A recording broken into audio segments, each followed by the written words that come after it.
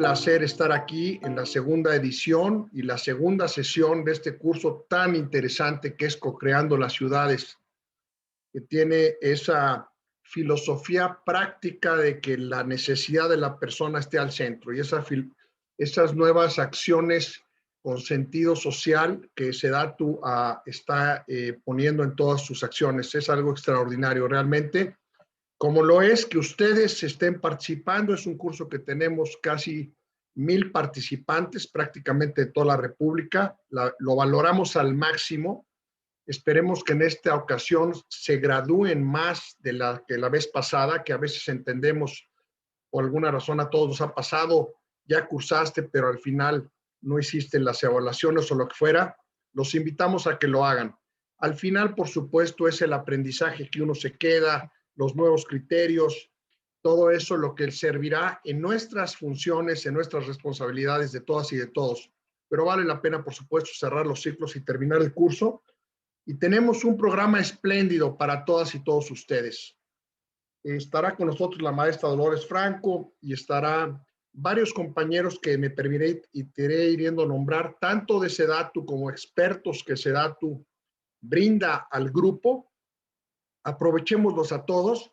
Como la sesión va a ser un poquito más larga porque hay 7 grandes ponentes, lo que les proponemos a todas y todos es, vamos a tomar nota de su chat aquí y en Facebook. Ahorita está la red de SEDATU. El día de hoy nosotros no estamos corriendo nuestra red de INAFED porque no está nuestro compañero que es el que nos ayuda con ello, pero al estar con SEDATU estamos cubiertos y vamos de la mano. Y esos comentarios, preguntas, dudas, sugerencias, como siempre, en máxima coordinación, SEDATU y nosotros se las responderemos, porque, repito, se va a alargar un poco la sesión. Y vamos a cerrar con el mensaje final de la maestra Gaby Jurado. Siendo así, me da como siempre un inmenso gusto, es un honor darle la bienvenida a nuestra directora general de Desarrollo Urbano, Suelo y Vivienda, la maestra Dolores Franco, nuestra querida amiga Dolores, bienvenida a tu casa. Muchas gracias.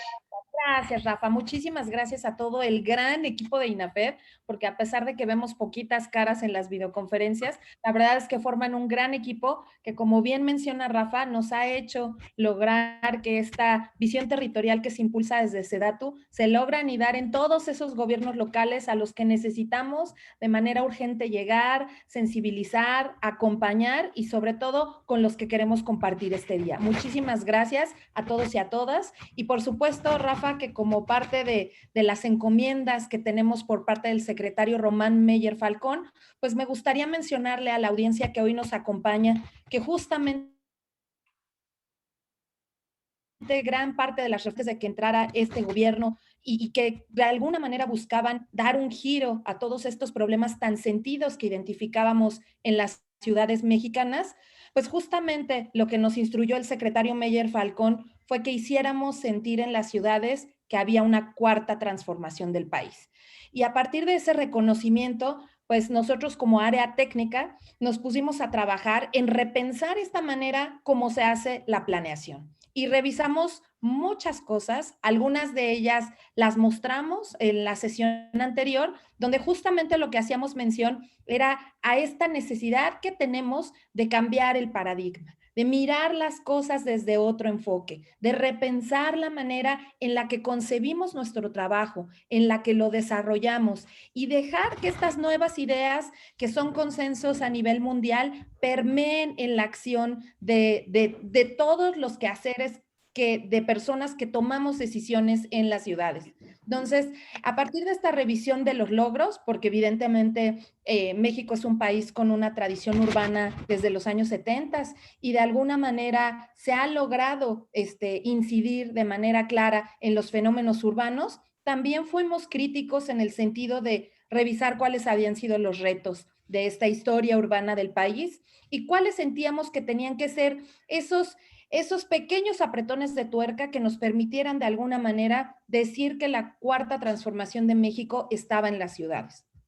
Revisamos, por ejemplo, los temas de los retos presupuestales, haciendo una revisión histórica de lo poco que se había invertido en administraciones anteriores en materia de planeación, ¿no? Muchas veces nos ponemos a pensar por qué las ciudades se han convertido en esos territorios de nadie, donde privilegian los intereses de pocos, y nos dimos cuenta que en parte era porque justamente se había dejado de lado la importancia de planificar los territorios. Y cuando se planificaban, efectivamente lo que ocurría era que se le consultaba a unas pocas personas qué era lo que debería de pasar en ese territorio o cuáles eran los problemas que se tenían que atender. También identificamos retos políticos porque nos dimos cuenta que en administraciones anteriores la planeación no era un tema. Invertir en entregar una visión de largo plazo en los territorios se veía más como un tema administrativo que se tenía que cumplir, pero no se magnificaba realmente el potencial de que tiene una herramienta de planeación bien empleada, bien socializada y bien consensada, que nos permite de alguna manera atender a la ciudadanía y que es la plataforma a partir de la cual se pueden sobreponer el resto de las políticas sociales. Esta falta de visión respecto ahora sí que al empuje y al dinamismo que tiene la planeación y el efecto multiplicador de beneficios que da en el territorio se había quedado de lado. Y evidentemente el último reto hacía referencia a los temas metodológicos. Y ahí nos dimos cuenta que empleábamos metodologías antiguas, metodologías que habían servido en otras latitudes del mundo, pero que a lo mejor no estaban tropicalizadas al contexto mexicano, y de ahí la necesidad de ahondar en esta reflexión. Entonces, los invito a que de alguna manera, con estos nuevos ojos, nos acompañen el día de hoy, donde les estaremos presentando de manera muy ágil y muy rápida algunos de los grandes conceptos que enmarcan esta nueva política pública. Muchísimas gracias, Dolores. La verdad es que nosotros que hemos tenido la oportunidad de participar con ustedes en muchas mesas en la SEDATU, que nos han tenido la gentileza de invitar, de entender estos conceptos, de participar ahora en todo el co-creando pasado, ahora en Impacto Metropolitano, en los lineamientos, nuevos lineamientos para planes de desarrollo urbano municipal, en la gran programa 4S, es decir, en muchas de las acciones estratégicas que SEDATU está haciendo con este criterio práctico, real, que se está aplicando semana a semana en todo el país, pues lo celebramos. Ustedes son especialistas, nosotros somos aprendices en el INAFED, pero sí nos damos cuenta, para decir un solo tema, como en materia de vivienda, pues hay un reconocimiento al muy fracasado y fallido desarrollo de vivienda de interés social que se dio en los últimos 12 años, donde existen 500,000 viviendas abandonadas que hoy se están recuperando. Pero ya para no entrar en eso, aprovechemos el curso. Muchísimas gracias, Dolores, bienvenida. Y le damos la palabra, es un gusto muy grande, a nuestro compañero, siempre combativo, siempre participante y brillante, Tahiri Trillanés, subdirector de Proyectos Especiales. Tahiri, un abrazo, bienvenido a tu casa.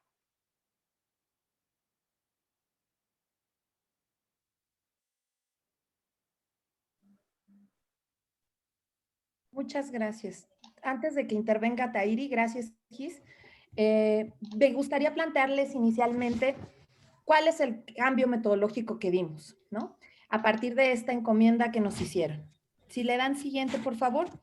Repensamos, ¿no? Identificamos de manera muy clara que cuando se hacían estos instrumentos de planeación, pues lo que veíamos era generalidades, ¿no? Se analizaban porcentajes cuando se definían cuáles eran las problemáticas de esa ciudad, sin diferenciar, o más bien diferenciando solamente de manera muy parcial, cuál era la pirámide de edades, ¿no? Y cuántos hombres y mujeres había en ese territorio. Como si todos y todas fuéramos iguales y como si todos y todas tuviéramos las mismas necesidades en una ciudad, ¿no? Esta falta de diferenciación, ¿qué era lo que hacía?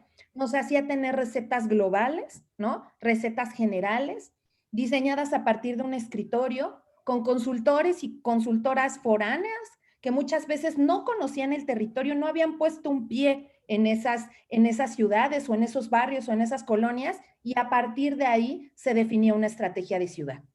justamente lo que estamos buscando ahora es poner en la agenda estos grandes lineamientos de política pública como enfoques y temas que nos sirvan de guía para promover y para una mejora en las ciudades mexicanas y también para lograr la urbanización sustentable. Básicamente estas pasan por promover la ciudad compacta, densa y mixta, esto porque es un acuerdo global a nivel mundial promovido por Naciones Unidas que nos obliga a repensar y a mirar las ciudades con un enfoque de sustentabilidad, poner en el centro a la persona y esto implica pasar del análisis genérico y general de los números y de los porcentajes que nos hablan poco de las necesidades diferenciadas que tenemos en las ciudades, promover una ciudad sustentable y resiliente, promover un principio de inclusión urbana que nos abra el espectro para que realmente las ciudades sean lugares para todos y para todas, sin importar el estrato socioeconómico al que pertenezcamos, sin importar si somos mujeres, niños, niñas, hombres o mujeres con alguna discapacidad, que todos podamos caber en la ciudad y evidentemente promover la equidad. Si le dan siguiente, por favor. En esto nos pusimos a pensar que necesitábamos mirar el problema con diferentes ojos y por eso promovimos el análisis de 3 escalas diferenciadas para de alguna manera mirar los problemas de diferente manera. Y ahí propusimos que la base del análisis de estos nuevos instrumentos de planeación se tenían que centrar en las personas para identificar esto. En segundo lugar, teníamos que repensar, y el día de hoy contamos con especialistas a nivel mundial, mexicanos y mexicanas, que han permitido repensar el concepto del barrio y que lo han trabajado intensamente, que nos van a abonar y contribuir sobre la importancia de esta escala de planeación que muchas veces dejamos de lado porque no la sabemos trabajar. Y en tercer lugar, identificamos metodológicamente esta escala de continuo que nos permite que nuestro ámbito de barrio y de colonia se enlace con otros barrios, se enlace con áreas naturales protegidas, se enlace con otros tipos de ordenamientos de otras escalas, como son los ordenamientos territoriales y los ordenamientos ecológicos. Me gustaría cerrar siguiente diciendo que estamos poniendo, innovando en la materia, reconociendo que hay muchos mexicanos y mexicanas técnicos del sector que tienen perfecto dominio sobre estos temas para poner que la planeación coadyuve en el cumplimiento de los derechos humanos, en incorporar la perspectiva de género, en hacer realidad el derecho a la ciudad y, por supuesto, para esto necesitamos aplicar metodologías cualitativas que nos permitan saber cuáles son estas nuevas necesidades urbanas. En ese sentido, le voy a ceder la palabra a mi colega Tairi Trillanes, que justamente les va a presentar algunas de estas herramientas cualitativas que hemos revisado, que las tenemos disponibles en una guía que está online y que pueden ocupar para repensar y remirar los problemas con unos anteojos diferentes que nos permitan incluir a todos y a todas. Muchas gracias. Muchas gracias, maestra Dolores. Muchas gracias, Rafa, por la introducción. De verdad, un gran equipo el de INAFED. Justamente como mencionaba y dándole continuidad a la presentación de la maestra Dolores, pues traemos a la mesa esta guía que se pensó desde las personas y que es un esfuerzo. A veces desde el gobierno federal nos cuesta trabajo aterrizarlo a temas locales. Y aquí lo estamos aterrizando a un punto muy particular que son las personas. Esta guía que nosotros desarrollamos desde la SEDATU con expertos mexicanos, apoyándonos y apalancándonos desde la experiencia de desde los más grandes hasta los más jóvenes, desarrollamos la guía Trazando Ciudades, en donde se busca entender los fenómenos desde la perspectiva desde quienes los viven, protagonizan o experimentan. Es decir, que las personas son los principales actores. Y esto se resume a que sus necesidades, comportamientos, motivaciones, aspiraciones y problemáticas se reflejan en el territorio y nos dicen algo. Y eso es lo que nosotros hacemos como a manera de traducción. Esto es lo que no se ha visto reflejado nunca antes en la historia de la planeación y es lo que integramos, el factor cualitativo que nos permite efectivamente tener mucho más información de las personas, saber cuáles son estas necesidades diferenciadas, tener información actualizada, incluir a las personas históricamente vulneradas y mejorar el ejercicio de los derechos humanos en el territorio. lo que conlleva a que nosotros a través de la planeación estamos garantizando que todas y todos se vean reflejados en ellas. En este sentido, la SEDATU y este equipo de expertos desarrollamos 14 herramientas diferentes que permiten identificar estas necesidades diferenciadas en el territorio. Y dentro de estas 14, las dividimos en 3 rubros muy grandes. Tenemos el primer rubro que hablamos de escucha y valoración, en donde precisamente se busca identificar en las personas. Estas herramientas las usamos para generar un piso común, para establecer cuáles serían estos primeros objetivos, para conocer a las personas, observarlas, hacer estos grupos de enfoque para discurrir, para preguntar, para tener mucho más información de las personas. Tenemos otras herramientas que abarcan la etapa de involucramiento, en donde las personas son partícipes del desarrollo de los programas y de los instrumentos de planeación, ¿no? Tenemos diseño participativo cuando buscamos que las personas coadyuven en el diseño de los espacios públicos, en el diseño del instrumento, la cartografía para identificar cuáles son estos hitos que están en el imaginario común y que a veces uno como planificador no los tiene tan claro. La realización de marchas exploratorias o en el caso de herramientas individuales, pues tenemos un día contigo, que es, por ejemplo, pasar todo el día con la persona y saber y sensibilizarnos qué es lo que hace en su día a día, desde que se levanta hasta que anochece, ¿no? Y reflejarlo en estas necesidades diferenciadas y reflejarlo en la planeación. El Vox Populi, por ejemplo, cuando lo que las personas hablan o escuchan o de lo que se quejan, ¿no? Conocerlo y aterrizarlo. Por último, en el rubro tenemos herramientas digitales en donde estamos hablando de aprovechar la tecnología que ya existe y reflejarla y obtener mucho mayor información. Ahorita en este momento coyuntural de pandemia, con distanciamiento social, nos encontramos en la necesidad de explorar nuevas formas de obtener información y nuevas formas de comunicarnos con las personas. Esto lo hace posible a través de los grupos de WhatsApp y la comunidad de Facebook. Por otro lado, también, pues nosotros desde esta otra parte, pues reflejamos mucho de lo que vivimos como ciudadanos de a pie y qué consideraciones debemos de tener, pues de los ciudadanos a la hora de aplicar estas herramientas. Y es muy importante, pues, que contar con criterios de accesibilidad universal, saber qué es lo que sucede, ¿no? Considerar los días, los horarios, las actividades, si las personas se encuentran trabajando, incluso si es un día en el que pueden participar las mujeres, los hombres, brindar facilidades a quienes estén a cargo de actividades de cuidado. Y algo muy importante y en lo que a mí me gustaría hacer énfasis porque es un gran logro y es un gran salto, es tener acciones para incluir a las niñas, a los niños y a los adolescentes. Yo recuerdo que cuando estaba en la universidad, pues tenía muchas ganas de participar y proponer y tener ideas frescas y en ocasiones no encontraba los canales para estas propuestas. Aquí dentro de la guía Trazando Ciudades se hizo el esfuerzo por traducir algunas de estas herramientas y generar criterios para que todas las niñas, niños y adolescentes pudieran participar y pudieran tener estos canales que a veces nos aportan ideas muy frescas de lo que podemos hacer en el territorio y a veces de lo que se necesita en el territorio, que al final del día estas niñas, niños y adolescentes van a crecer y lo van a hacer suyo.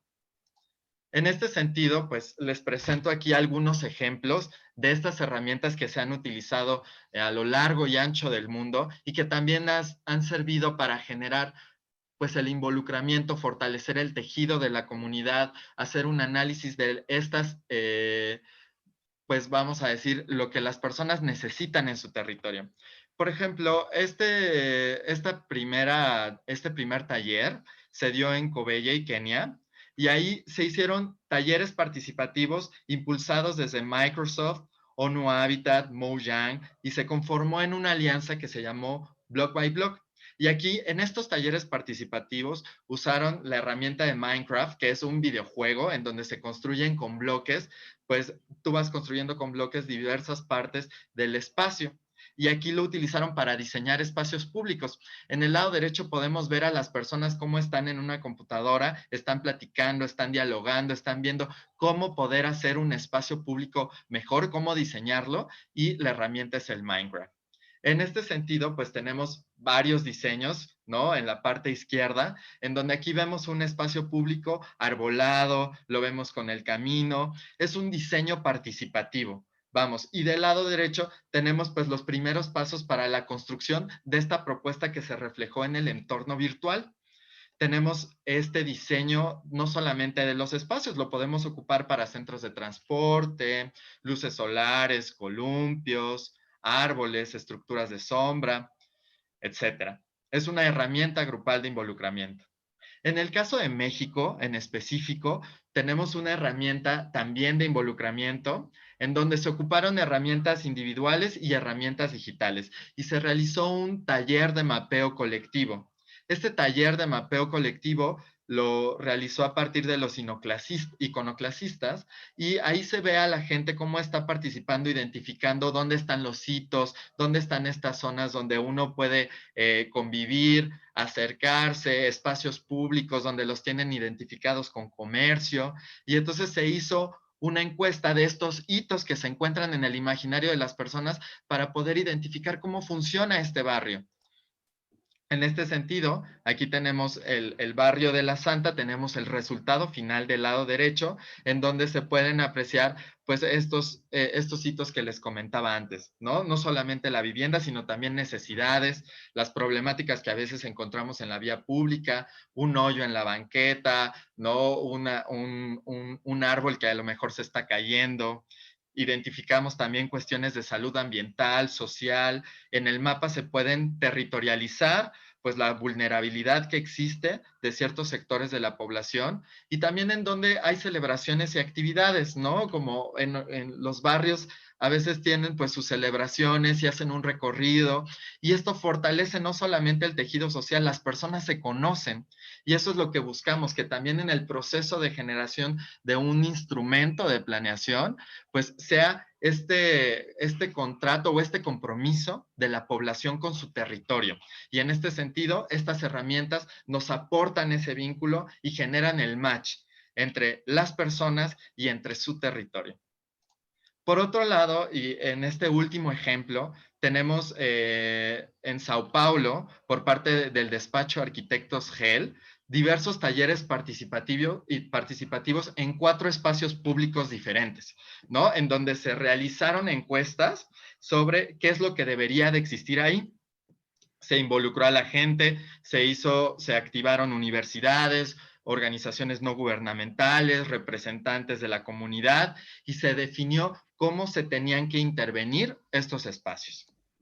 En esta lámina vemos el resultado de la intervención, en donde las personas habían reflejado la necesidad de tener espacios mucho más accesibles, con mayor flexibilidad, espacios públicos que pudieran no solamente recuperarse, sino también en donde se pudiera vivir y atendiera a las necesidades de las personas. Entonces, se hicieron estos proyectos, hicieron estos programas con ayuda y de la mano de la población y el impacto fue muy positivo. Las personas acudieron al evento, tenemos del lado izquierdo la presentación incluso de un filme, las personas ahí sentadas, espacio con los niños, integrando a los adolescentes, de qué es lo que se busca. Y así logramos que nuestros espacios sean exitosos y que nuestra ciudad esté planeada para todas y para todos. A manera de conclusión y cerrando este espacio, pues tenemos que el cambio de paradigma de la planeación ubica a entender como un proceso circular en donde nunca cambia. Las ciudades siempre están en constante cambio y ¿por qué nuestros programas e instrumentos de planeación no? Entonces tenemos que entenderlo como un proceso cíclico en donde las ciudades se reinventan y en donde todas y todos participamos y tenemos que estar reflejada nuestra voz ahí mismo. También, pues que es muy importante lograr este cambio de paradigma en donde se integre una perspectiva cualitativa y entonces se entiende el territorio desde las personas. Como bien mencionaba antes, los instrumentos de planeación a fuerza tienen que ser un compromiso de los ciudadanos con su territorio, entendiéndolo así y reflejándolo así.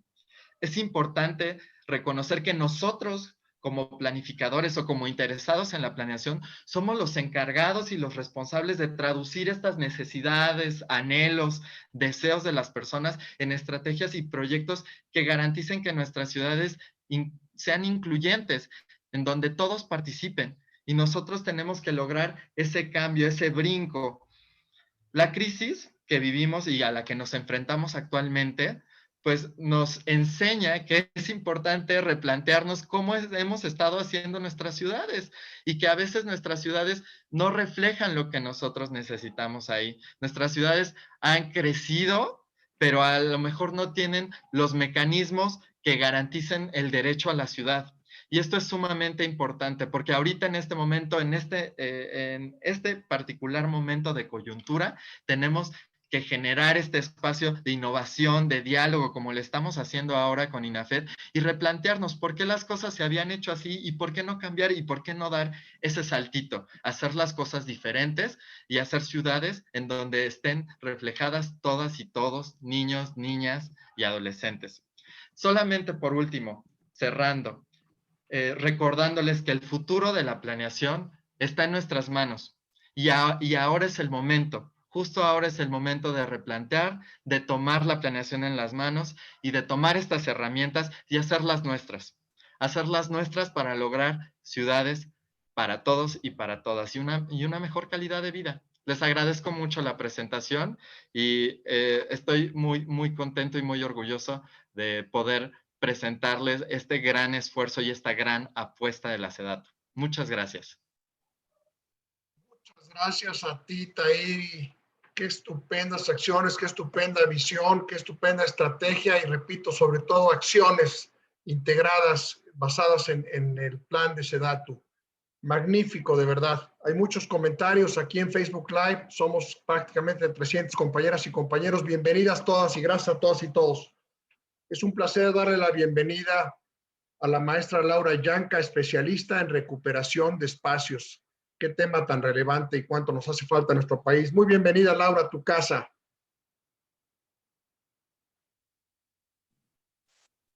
Hola, hola, ¿qué tal? Buenos días a todas, a todos. Un gusto enorme a Dolores, gran colega, amiga. También a ti, Rafael, que no tengo el gusto de conocerte, no, Gisela, a Tahiri, Alberto, un gran colega y cómplice de estas cosas. Rafael, entiendo que me toca participar. Sí, Laura, sí. Muy bien. Muy bienvenida. Voy a presentarla brevemente porque quiero inmediatamente entrar como a plantear algunas ideas que surgieron de la lectura del proyecto que ustedes están iniciando y el que están invitando a todos y nos están haciendo partícipes, y luego presentar muy rápidamente un ejemplo de lo que estoy haciendo. Entonces, bueno, yo soy Laura Yanca, arquitecta y urbanista, y he trabajado mucho tiempo en la Ciudad de México, en diferentes escalas de planeación y de articulación, desde el programa general hasta temas muy específicos de barrio, entonces siempre con esta disyuntiva y en contextos bien politizados, bien complejos, bien diversos, con muchos problemas sociales como se los pueden imaginar, ¿no? Pero en las diferentes escalas, que yo creo que ahí es donde también con muchos de los municipios que están hoy participando, ¿no? Y bueno, yo ya tengo 3 años que estoy trabajando tanto en México como en Sao Paulo, entonces eso lo digo porque lo que voy a presentar tiene que ver con Sao Paulo, pero que de repente hay cosas que no importan, inclusive lo ajeno, estamos hablando un poco de lo ajeno, ¿no? De lo ajeno, bueno, estamos un poco hablando del ejercicio de entrar en localidades y de cómo construir una planeación desde una perspectiva participativa, desde una perspectiva donde se pone a las muchas y diversas y diferentes personas en el centro, ¿no? Junto con su territorio y su paisaje y todos los demás elementos, ¿no? Entonces, primero, antes de tal vez presentar ese ejemplo, y me callan cuando se me pasa el tiempo, quería nada más plantear cuatro cosas, ¿no? Por un lado, es la importancia de planear, ¿no? Y yo creo que el reto que se están poniendo ustedes al frente, ¿no? Que creo que no es poca cosa, ¿no? Evidentemente en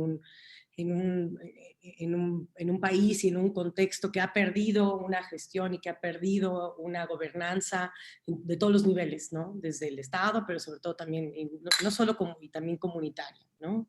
Entonces, nuevamente como es aplaudir ese ejercicio que están queriendo hacer y de intentar hacer estas herramientas para llegar de manera más rápida y más legible a la comunidad y a los responsables, que muchos están aquí, ¿no? de tener que implementar estos instrumentos, ¿no? Y las ganas de querer hacerlo lo más en un tiempo corto, ¿no? Y eso, si bien implica un reto enorme, porque sabemos que una planeación, entendiendo todas las variables, tal vez duraría la vida entera, porque habría que estar estudiando mientras uno está viviendo, pero se me hace que es un esfuerzo importante, ¿no? Es un esfuerzo importante dar los primeros pasos. Y en ese sentido, creo que también algo que hay que entender de la planeación, y ya bajándolo tal vez a una escala más de lo local, a la escala del espacio público, a la escala de lo comunitario y sobre todo a la escala de lo barrial, yo creo que el ejercicio de la planeación tiene que ser un momento para imaginar, ¿no? Y para imaginar y rescatar lo colectivo. Eso es algo en lo que necesitamos construir todos, ¿no? Es un momento para posicionar y generar consensos, ¿no? Es un ejercicio que tiene que priorizar lo común por encima de lo particular, ¿no? Tiene que priorizar lo colectivo por encima de lo privado, lo público por encima de lo privado, ¿no? Entonces es un ejercicio también de apropiación, es un ejercicio de búsqueda, es un ejercicio de contacto con el territorio, con el espacio, con sus culturas, con la construcción, con las historias inclusive que fueron construyendo esos espacios, y es una dignificación también de las localidades. O sea, es un proceso que tiene que surgir sobre todo de eso, ¿no? De pensar que eso tiene que rescatar los procesos históricos, es un proceso que tiene que dignificar el paisaje, tiene que dignificar a las personas que hacen parte de ese paisaje que lo construyeron, ¿no? El paisaje físico y el paisaje natural, que es un intercambio, ¿no? Que es un proceso pedagógico, ¿no? Para todos, ¿no? Es un proceso donde todos participamos y todos aprendemos, entonces donde se van generando inclusive nuevas herramientas, se van generando nuevos indicadores, ¿no? Y que es un pacto, o sea, para mí yo creo que sobre todo a la escala barrial, donde en principio uno entiende el barrio como esta dimensión donde uno conoce más o menos al otro, donde uno sabe dónde termina y dónde acaba más o menos ese territorio, es donde es la gran oportunidad de construir pactos, ¿no? Más que instrumentos cerrados. Y eso creo que lo planteé muy bien en la guía, ¿no? Se busca una flexibilidad. Y lo más importante es ir avanzando, ir conquistando ciertas ideas, ciertos ideales y ciertos principios. Entonces, es a los pocos. O sea, yo creo que es importante entender que ese proceso que están planteando de 4 o 5 meses que lo plantean en la guía, es apenas el inicio, es apenas el inicio. Y si llegan a 3, 4, 5 principios muy grandes, diciendo este es el territorio y más o menos queremos esto, ya fue. O sea, ya es una ganancia enorme, ¿no? Es una ganancia enorme. Y en ese sentido, pensando en eso, quiero compartirles brevemente, voy a compartir aquí mi pantalla para que no les quite tanto el tiempo y luego hasta compartir esto con los demás compañeros. Quiero compartirles nada más un ejercicio en el que estoy ahorita. Entonces, como es muy fresco, entonces, y que aparte creo que cuando me invitaron yo estaba a la mitad de esto y pensando como, bueno, esto es lo que estamos pasando muchos de quienes estamos trabajando la planeación comunitaria. Entonces, este es un proyecto que se llama Pacto per las Cidades Justas, que es un proyecto que tiene que ver con urbanismo social. Estamos trabajando en 3 territorios en Sao Paulo. Son 3 territorios de alta vulnerabilidad, son 3 diferentes localidades, ¿no? de la ciudad, que no necesariamente están definidas como, este es un barrio, este es otro, ¿no? Y un poco lo que buscamos nuevamente es pilotear, ¿no? Entonces estamos en eso, estamos como ustedes también, empezando a generar estas metodologías de cómo construir herramientas de planeación, cómo construir proyectos desde un enfoque comunitario, sí con un gran foco de construir mecanismos y que ese proceso sea un mecanismo para construir nuevas lideranzas y nuevos mecanismos de gobernanza, ¿no? Y de gobernabilidad. O sea, quién gobierna, quién estructura, y quién cuida, y quién mantiene, y quién va a hacer que estos ideales puedan ser implementados, ¿no? Y me van a disculpar que la presentación esté en portugués, pero los voy a estar aquí traduciendo y creo que las imágenes van a hablar más de él. Y dentro de uno de los territorios voy a hacer como el ejercicio que hemos estado haciendo en estos diferentes lugares, que fue como un poco como iniciamos. Primero este es el Jardín La Pena, que es un barrio en la zona este de la ciudad de Sao Paulo. Sao Paulo es más o menos del mismo tamaño que la Ciudad de México, para que tengan una idea, en la misma dimensión, la misma área territorial. También tiene 20 y tantos millones de habitantes y dentro de la ciudad tiene 11. Adentro hay muchos municipios, muchos barrios, muchas realidades, ¿no? Entonces creo que esta experiencia creo que aplica para varios, ¿no? Y esto un poco a lo que llegamos lo que estamos en este proceso es de integrar este plano de barrio, ¿no? Que es un instrumento que también lo plantea la ley, ¿no? A esta escala barrial, ¿no? Que tiene que ver un poco con lo que ustedes están presentando, donde el espacio público, la vida colectiva es sustancial. Y dentro del proceso metodológico, lo segundo que sale, ¿no? es armar este grupo. Nosotros lo que empezamos haciendo es a partir de una lectura muy, muy rápida, muy distante del territorio. Lo que hicimos es primero empezar a armar un grupo de actores con los que se haga el proceso participativo, ¿no? Y eso se constituye, ¿no? Inclusive por ley, el plano de barrio tiene que pasar por eso, ¿no? Tiene que tener este grupo que después lo va a defender, y es por ley, ¿no? Es como de hecho, aquí hay muchas instancias. Aquí los grandes parques tienen que tener un consejo comunitario, las unidades de salud tienen que tener un consejo comunitario, entonces también el plano de barrio tiene que tener su grupo de actuación y de trabajo, ¿no? Y entonces eso surgió, sí, a partir de un mapeo de ciertas lideranzas, a partir de contactar, por ejemplo, las unidades de salud, ¿no? Que tienen, en el caso de las ciudades y los municipios y los pueblos aquí en Brasil, tienen un papel muy relevante en entender cada una de las dinámicas. Hay agentes de salud en cada uno de los barrios que tienen que vivir ahí, ¿no? Entonces hay una dinámica. Entonces lo que planteamos más o menos como a la mitad del proceso, en medio de esta pandemia, ¿no? Entonces por eso también quiero compartirlo, o sea, que tiene que ver también con todos estos retos, inclusive de cómo pensar la planeación y cómo aproximarnos al territorio en cualquier circunstancia, ¿no? Creo que la pandemia nos dejó a todos un poco sin saber qué hacer, podemos ir, no podemos ir. Entonces pensamos que teníamos que aproximarnos al territorio con la idea de entender qué era el espacio público, ¿no? Pensando que el espacio público era el corazón y el eje para la articulación de un plano de barrio, ¿no? O sea, nuevamente, para las escalas más locales, lo que va a pegar, lo que va a definir, lo que va a sustentar cualquier intervención nuevamente es pensando en lo colectivo, ¿no? Pensando en lo que se comparte. Entonces, en ese sentido decidimos empezar a mapear algo, ¿no? Entonces hicimos algunos recorridos, pero luego dijimos, bueno, ¿cómo hacemos de esto una herramienta colaborativa, ¿no?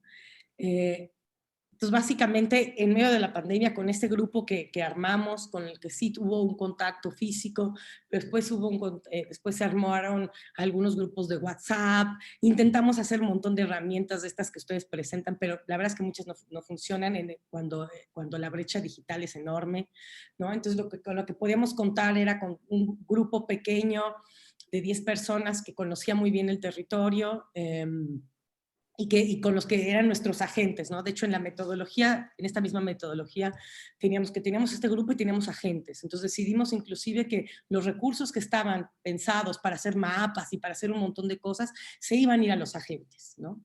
Entonces son personas que están como con una especie de beca durante los tantos meses y entonces están haciendo ese trabajo dentro del proceso, ¿no? Entonces ellos nos ayudaban a mapear, a sacar fotos, a llamar a las personas. Entonces se convierten inmediatamente en la voz del proyecto, ¿no? Entonces a partir de esta metodología que lo que hicimos es una cosa bien básica, ¿no? Pero es hacer recorridos a partir del Street View, ¿no? Nuevamente porque esto se hizo esto fue en abril y mayo y junio, ¿no? Eran meses que, digo, aquí está como allá, crítico todo el tiempo, no hemos bajado, no hemos achatado la curva, pero eran momentos muy críticos para salir, no podíamos salir, ¿no? Hoy ya cambió la circunstancia, pero no daba ni siquiera para salir con cubrebocas ni nada, ¿no? Había como realmente había que tener como todo este cuidado y especialmente para que no sucediera eso en las comunidades, ¿no? Entonces, lo que hicimos nuevamente es pensar de qué manera podíamos hacer este recorrido. Entonces lo que hicimos independientemente de la herramienta, pero era, bueno, ¿cómo podemos utilizar de repente estas herramientas que ya están, ¿no? Y nosotros estábamos haciendo como la mediación, y lo que hicimos fue hacer recorridos, ¿no? Estos recorridos con herramientas como el Google Maps y con el Google Earth, ¿no? Pero donde veíamos que de repente todas estas zonas, perdón, este es el perímetro de La Pena, de este barrio, que tiene 33,000 habitantes. Entonces, lo que hicimos es dibujar un recorrido y caminar, ¿no? A través del Google, del Street View, hasta donde nos permitiera, ¿no? Y ahí, y de manera colaborativa, ir poniendo estos pines, ¿no? Siempre era una persona la que ponía los pines, porque no todo mundo tiene las capacidades, ni tiene por qué tener las capacidades, eso es importante, ¿no? O sea, tal vez la señora mayor no va a tener las capacidades de poner un pin ni la paciencia, ¿no? Entonces decidimos que no, o sea, no siempre lo digital le llega a todo el mundo, ¿no? Nos enfrentamos a que también el mismo Google Maps no tiene mapeadas todas las calles, ¿no? Entonces, por eso nuevamente la importancia del equipo que estaba ahí localizado dentro de la comunidad y que es parte de la comunidad, que son parte del equipo técnico. Ellos se presentan ya como parte del equipo técnico, ¿no? Entonces, todas las calles que no tenían, que en las que no podíamos hacer estas visitas, pues lo hacían así, ¿no? Entonces, esto se convirtió en unas sesiones, la verdad es que bastante, inclusive hasta lúdicas, yo diría, de empezar a recorrer el territorio, ¿no? Identificando primero cuáles son los puntos de referencia, imaginarnos como si estuviéramos ahí, ¿no? Entonces lo que hicimos es caminar, ¿no? Caminar. Entonces imaginemos que esto estuviéramos caminando, ¿no? Entonces empezamos a caminar, identificamos, aquí está este mercado, íbamos con la idea de mapear los espacios públicos y la vida pública, ¿no? Y de ahí surgen cosas, ¿no? Que tal vez no todo lo que uno se imagina como espacio público, o sea, que la concepción del espacio público normativo, de la plaza, el mercado, hay muchas otras realidades del espacio público, hay muchos otros espacios y dimensiones que se constituyen la vida pública y el espacio público o comunitario, entre comillas, ¿no? Entonces es el mercado de Manú, ahí donde se encuentran y donde en la noche también hay café, ¿no? Aquí está ese puente que aparte nos permite cruzar y llegar a este lado, pero que lleva un tiempo que no está abierto. Entonces en este mapeamiento empezaron a surgir un montón de cosas, ¿no? Un montón de cosas. Y esto nos llevó, pues yo creo que unas 3 o 4 sesiones, ¿no? Porque también lo digital no permite que estés mucho tiempo. Esto tal vez se pueda hacer en 2 sentadas haciéndolo en vivo, ¿no? Pero lo virtual nos permitió llegar a todo este nivel, ¿no? Llegar con más de 300 puntos, con un montón de información, entendiendo la particularidad, y eso que dice Dolores, como que enfatiza, ¿no? No es el espacio público y en general la vida y el barrio no es genérico, sino es un montón de particularidades, ¿no? Entonces este ejercicio nos permitió identificar cada una de estas cosas, integrarle metadatos, ¿no? Integrarle un montón de información. Nuevamente hacer que las visitas y los recorridos fueran casi algo presencial, nuevamente como de mucha dignidad, de entender nuevamente como cuáles eran las historias y entender para el grupo qué es el espacio público, cuáles son las referencias, cuáles son las historias detrás, ¿no? Porque cada uno de estos comercios son también un poco espacios como, un poco como de resistencia, ¿no? Este lugar de cultura que también es una farmacia, pero que también es esto, ¿no? Entonces uno permite, a partir de ese tipo de mapeos, que normalmente eso lo hacemos en vivo, pero quise traer que fue virtual para decir que se puede también hacer y que también vale la pena. Uno permite entender como muchas otras capas, ¿no? Muchas otras capas y muchas cosas. Con esto tenemos metadatos que estamos empezando ahora a analizar para ver cuáles tienen que ver con el día, cuáles tienen que ver con la noche, cuáles tienen que ver con qué tipo de comercio, ¿no? Dónde empiezan a haber un montón de encuentros, donde el comercio es también el café, y donde es el café también es la banqueta. O sea, porque evidentemente hay muchas dinámicas que no están establecidas, o sea, los límites entre el público y lo privado son mucho más difusos en la escala comunitaria, ¿no? Entonces, encontrar ese tipo de cosas vale la pena, ¿no? Y son ejercicios que si se van haciendo uno construye un montón de cosas, ¿no? Entonces, eso ahora estamos como en la tarea y en la discusión de qué hacer con estas herramientas, ¿no? Si más bien ahora cómo pasarla a esta herramienta, cómo hacerla comunicativa, entonces estamos construyendo este mapa que va a estar en uno de los equipamientos más importantes, que es central dentro del ejercicio, que fue también parte de lo que fuimos mapeando, ¿no? Como un mapa vivo, como una Es decir, tiene que ver con la devolutiva, con el regreso, ¿no? O sea, es decir, lo importante también de la planeación y de estos procesos es qué regresas y qué regresas en cada etapa. Entonces, ese mapa que duró un montón y que fue unas visitas y que para muchos fue un esfuerzo inclusive entrar en esta parte digital, para otros no, para otros tuvieron que sacar fotos, entonces que fue un esfuerzo enorme, ¿no? ¿Cómo lo regresas, no? Porque evidentemente tal vez el Bullers no es una herramienta para todos, ¿no? Entonces, parte de eso es, bueno, ¿cómo lo regresamos? Entonces, siempre en cada paso y cada cosa que se va ganando es, bueno, cómo esto se convierte y en algo. Es importante que el plan sea algo desde el inicio, que no se quede en un papel, que sea algo y algo de manera concreta, ¿no?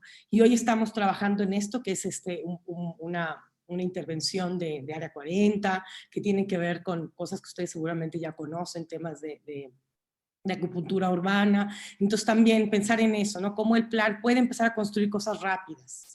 O sea, que el plan se convierta en una herramienta de acción, que se convierta en una herramienta de apropiación, ¿no?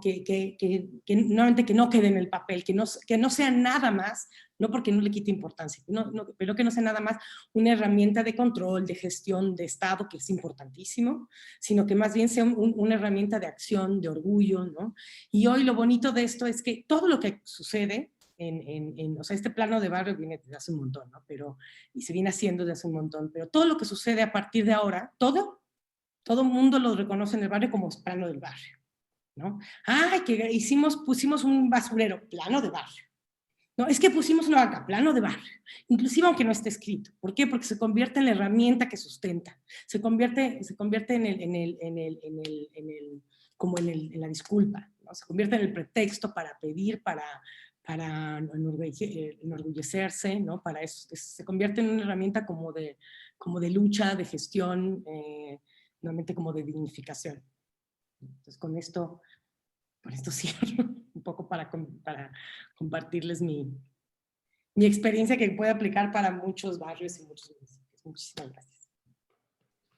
Muchas gracias, Laura. La verdad es que estaba siguiendo todo lo que nos compartes. Tú eres una especialista global y veo las caras de los otros especialistas globales y pues el inmenso interés que has despertado. Y nosotros, repito, no somos especialistas, pero nos interesa muchísimo todo esto por tener la obligación de atender a diario a las ciudades. Y sabemos ustedes como especialistas que urbanismo es política, ¿no? En el sentido griego de la polis y de ordenamiento, y que además lo urbanístico es más que estructura, es proceso. Y ha sido extraordinaria tu presentación.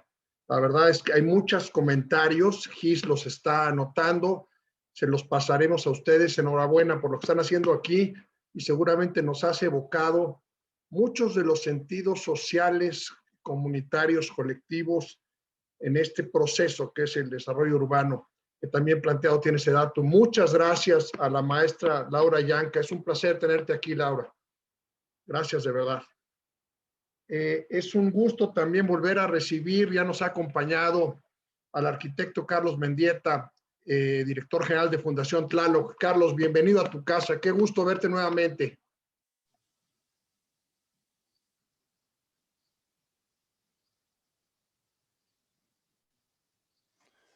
Hola, Rafa. Ahí me escuchan, ¿verdad? Excelente. Carlos. Gracias. Pues la verdad es que es un gusto, un honor acompañarles nuevamente. También a Dolores Franco, Tahiri por la exposición que ha hecho.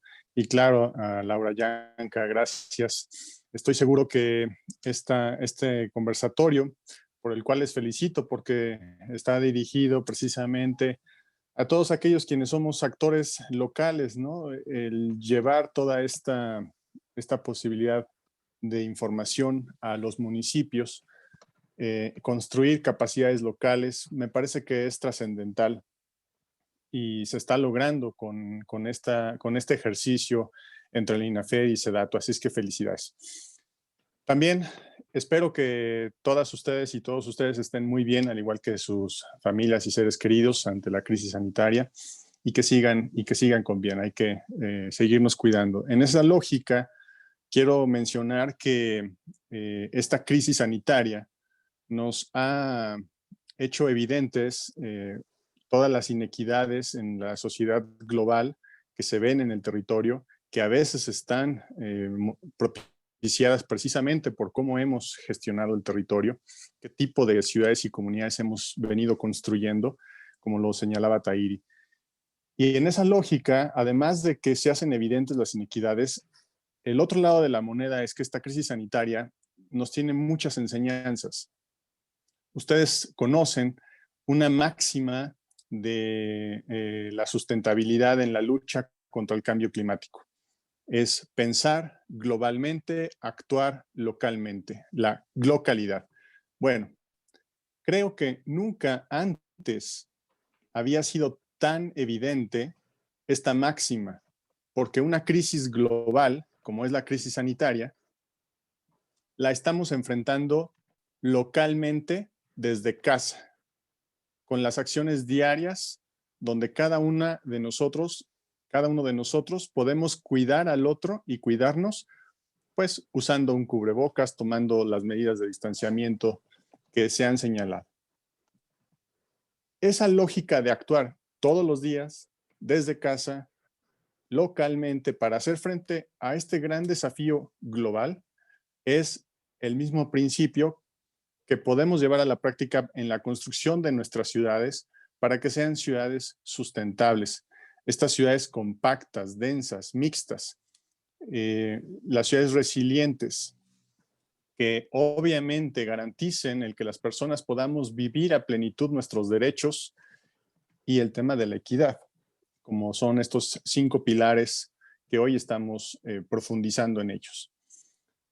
Hay que tener presente siempre la agenda internacional, los objetivos de desarrollo sostenible, la nueva agenda urbana, como ese gran marco que inspire las acciones que localmente cada una de nosotras podemos empujar en nuestros municipios.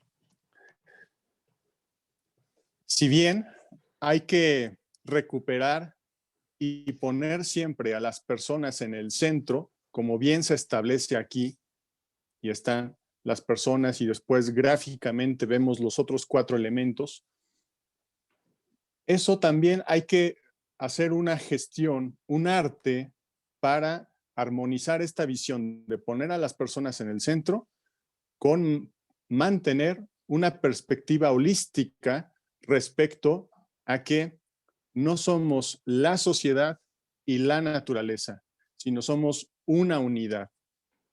La sociedad, la naturaleza, el territorio, somos una unidad.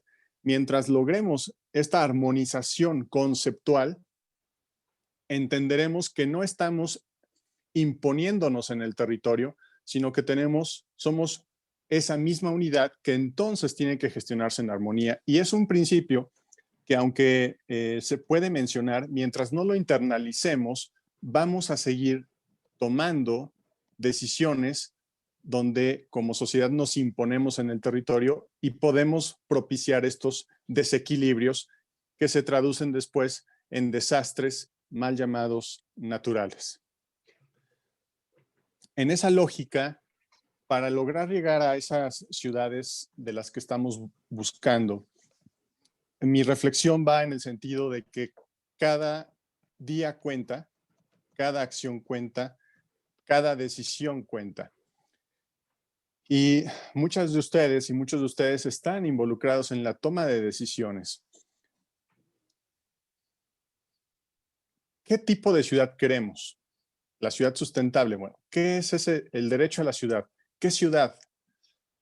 Para mí, la respuesta que tengo personalmente es, si logramos que las ciudades nos transmitan la misma sensación que experimentamos cuando estamos dentro de un gran parque o un bosque, entonces estamos hablando de esas ciudades sustentables. ¿En qué sentido? Inmediatamente cambia cómo interactuamos con nuestro entorno cuando estamos dentro de esos espacios. Nos relajamos, podemos disfrutar del entorno, gozamos ese momento. Y eso es lo que tendría que ser nuestra experiencia en la ciudad. Ciudades que nos transmitan experiencias donde no nos estamos defendiendo no estamos respondiendo, no estamos a la defensiva porque nuestro entorno es agresivo, por contaminación visual, auditiva, porque tenemos que superar distintas barreras urbanas, y entonces eso obliga siempre a estar en esa lógica. ¿Cómo podemos privilegiar el que las ciudades se transformen en esos espacios que nos transmitan las sensaciones que gozamos dentro de un parque o un gran bosque? Sin duda la escala barrial, ¿no? Y lo hablábamos la sesión anterior que me hicieron favor de invitar. Es exactamente, y lo que también señalaba Laura y Tahiri, la escala barrial. Revitalizar los barrios tiene que ser esa premisa. Y se viene haciendo con el tema de inversión en el espacio público en esta administración. Tenemos que propiciar esa revitalización y reactivarlo. ¿Qué criterios hay que incluir? Todos los criterios que sean necesarios para propiciar la inclusión de las personas. Por ejemplo, 3 ejemplos. Uno de ellos es la accesibilidad universal. A veces en la obra pública se olvida de los cruces a nivel. Tenemos que trabajar siempre en intervenciones que tengan los cruces a nivel, porque eso es poner a las personas en el centro. Todo lo que represente una dificultad para que las personas podamos disfrutar, gozar de los recursos de la ciudad y de los bienes de la ciudad como personas, todo lo que induzca la necesidad de tener otro medio para disfrutar de un satisfactor de la ciudad y no solamente como personas, ya estamos ahí generando una posible inequidad, porque representa que la persona tiene que tener algo para disfrutar de un bien de la ciudad. Y claro, tenemos que lograrlo a nivel barrial. Por ejemplo, también los parques. Hay muchas historias y es una tentación constante el que los parques puedan ser mutilados y destinar cierta superficie para algún proyecto, a veces hasta privado. Entonces, mi mensaje es, así como cada decisión cuenta, cada día cuenta, cada acción cuenta, cada calle y cada árbol cuenta, bueno, cada parque en la ciudad cuenta. Disculpe la interrupción. Sí. Son las 12 en punto y en este momento haremos un minuto de silencio.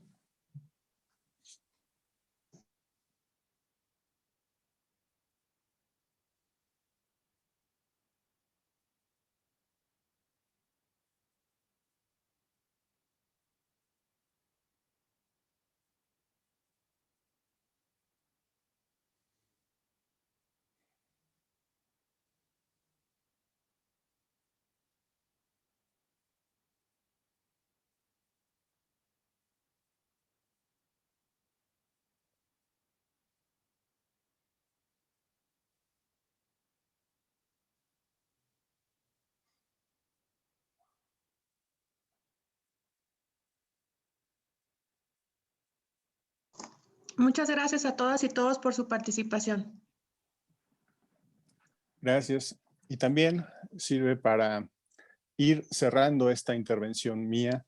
En ese sentido, quiero señalar entonces mi reflexión es que defendamos, cuidemos, atesoremos nuestros parques, ese espacio público, porque es el espacio de encuentro, es esa unidad que permite el encuentro de las personas y fortalecer el tejido social. Y también va muy de la mano con estos elementos centrales en la gestión del espacio público y de las ciudades y de los barrios, que son identificar los elementos físicos o los eventos hito, como bien también lo presentaba Tahiri. Yo me quedo con ese mensaje. La verdad es que mientras tengamos presentes los hitos para una colonia, para un barrio, y seamos respetuosos y dignifiquemos y potenciemos el valor que tienen esos elementos hito para esa comunidad, estaremos haciendo una planificación alineada a las personas, a los valores de esa, que dan identidad a un grupo de personas. Entonces creo que eso es algo muy poderoso y que acelera la implementación de proyectos como llamaba Laura, que empecemos a tener acciones que vean ese cambio. No se olviden de los criterios cicloincluyentes en todas las obras, en toda obra pública que vayan a realizar.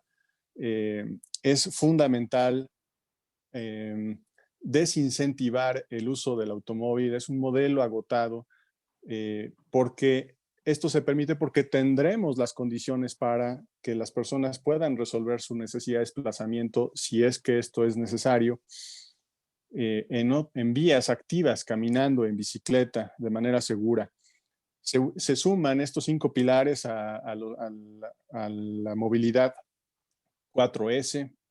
También está un documento recientemente presentado por GIZ e ICLEI de recuperación verde, donde hace énfasis en la resiliencia. Invito a que también sea conocido por todos los asistentes y que los procesos tengan continuidad, y eso se logra a través de la gobernanza, el diálogo permanente que haya entre todos los actores. Eso es lo que se logra con esos procesos de participación ciudadana, donde todos los actores participan.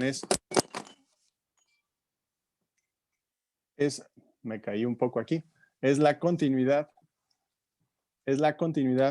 a través de la gobernanza. Y cierro con invitarles a que podamos construir con nuestras acciones estas ciudades ideales que estamos buscando hacer. Déjenme ver si puedo rápidamente compartir una imagen.